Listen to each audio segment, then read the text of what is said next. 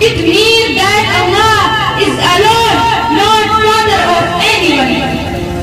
He has no any sons, he has no daughter, he has no wife, he has no any relation. Walam yulad.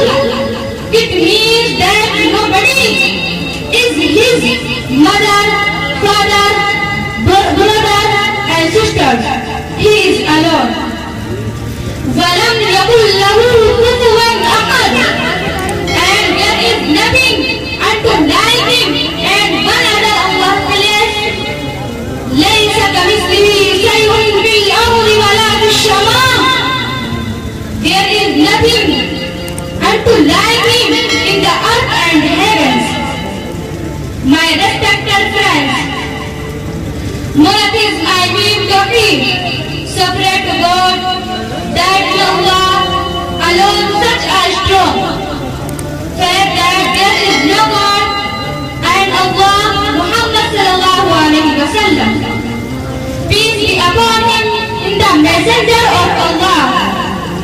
Monotheism is an important part of faith about which our Prophet Muhammad sallallahu alaihi wasallam always focused as well as the Holy Quran is full oceans of lofty mountains. There are many verses of the Holy Quran about monotheism, such as Almighty Allah says in Surah Al-Baqarah, Surah number 2, ayat number 255.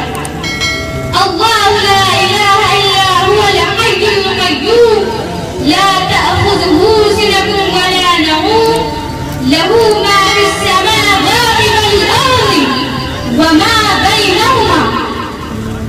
Allah, there is no God but He the living, the self-subsisting, eternal, no slumber, can bring no sleep. These are the things earth and heaven are for Him. And Allah mentioned in Surah Al-Anbiya, Surah number 31, ayat number 32. لو كان فيهما آلهة إلا الله لفسدتا. If there are many gods in them, they spoil themselves. In fact, if there are many gods,